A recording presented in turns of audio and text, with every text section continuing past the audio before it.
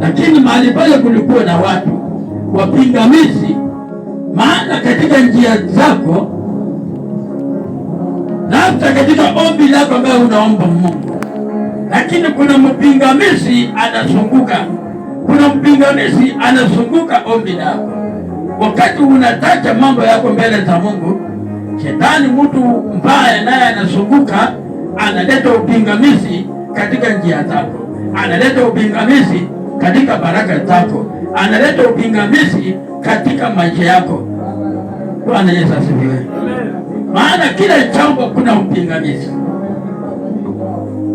Maana Yesu aliweza kutuma wanafunzi wake, lakini walipofika pale, Yesu alijua wataulizwa maswali. Walipofika pale, watu wakawauliza, kwa nini mnamfungua huyu punda? Ngeli wake tu akae kwa hiyo kama mnamfungua kwa nini? Lakini wakasema ya kwamba Yesu ana haja na yeye na atamrudisha. Bwana Yesu asifiwe.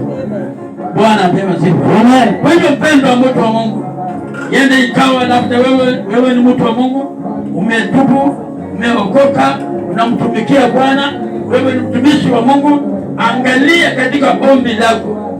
Kuna sehemu moja ambao mtu anapinga katika utukufu wa Bwana. Kuna sehemu moja mtu anakupinga katika wokovu wako. Haijalishi uliokoka wakati gani, lakini katika maombi yako inafaa uchunguze, uone kwamba hakika maombi yangu inaenda sawa. Maana naona kwamba kuna kipingamizi katika maombi ya mwanadamu, na ndiposa tunaona ya kwamba mwanapunda alipokuwa amefungwa, kati ya kufunguliwa awe huru, kulikuwa na watu walipinga, walianza kuuliza maswali. Yenda ikawa katika uokovu wako kuna mtu anauliza maswali, huyu mtoto wa fulani, kwani yeye alisoma wapi? Huyu mtoto wa fulani, mbona yeye anashinda kwangu? Huyu mtoto wa fulani, kwani yeye anatembea na mwanakani? Kwani yeye anaomba na mwanakani? Ameshinda watoto wako. Bwana Yesu asifiwe. Amen. Bwana Yesu asifiwe. Amen. Kwa hiyo mpendwa, mtu wa Mungu, angalia ombi lako, angalia wokovu wako.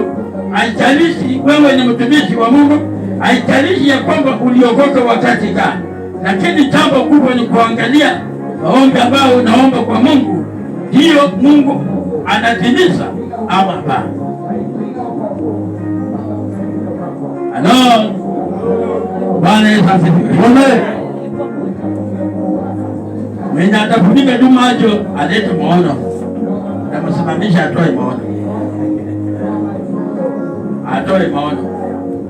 Tunahitaji maono sana, maana najua Roho anatumia watu katika ujumbe sasa. Kama Mama Lucy hapo na ujumbe, ametuimbia nyimbo nzuri sana na ameenda kuketi. Kwa hivyo ujumbe atatuletea. Bwana Yesu asifiwe. Amen. Bwana apewe sifa. Amen.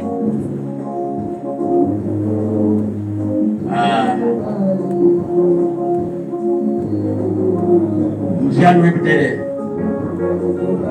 kuja tembea.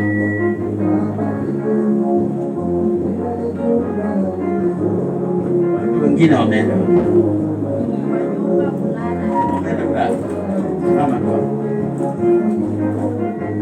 Huyu mama alishuhudia juu ya kazi yake hapo.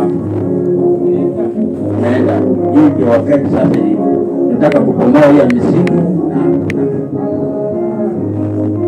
na mwingine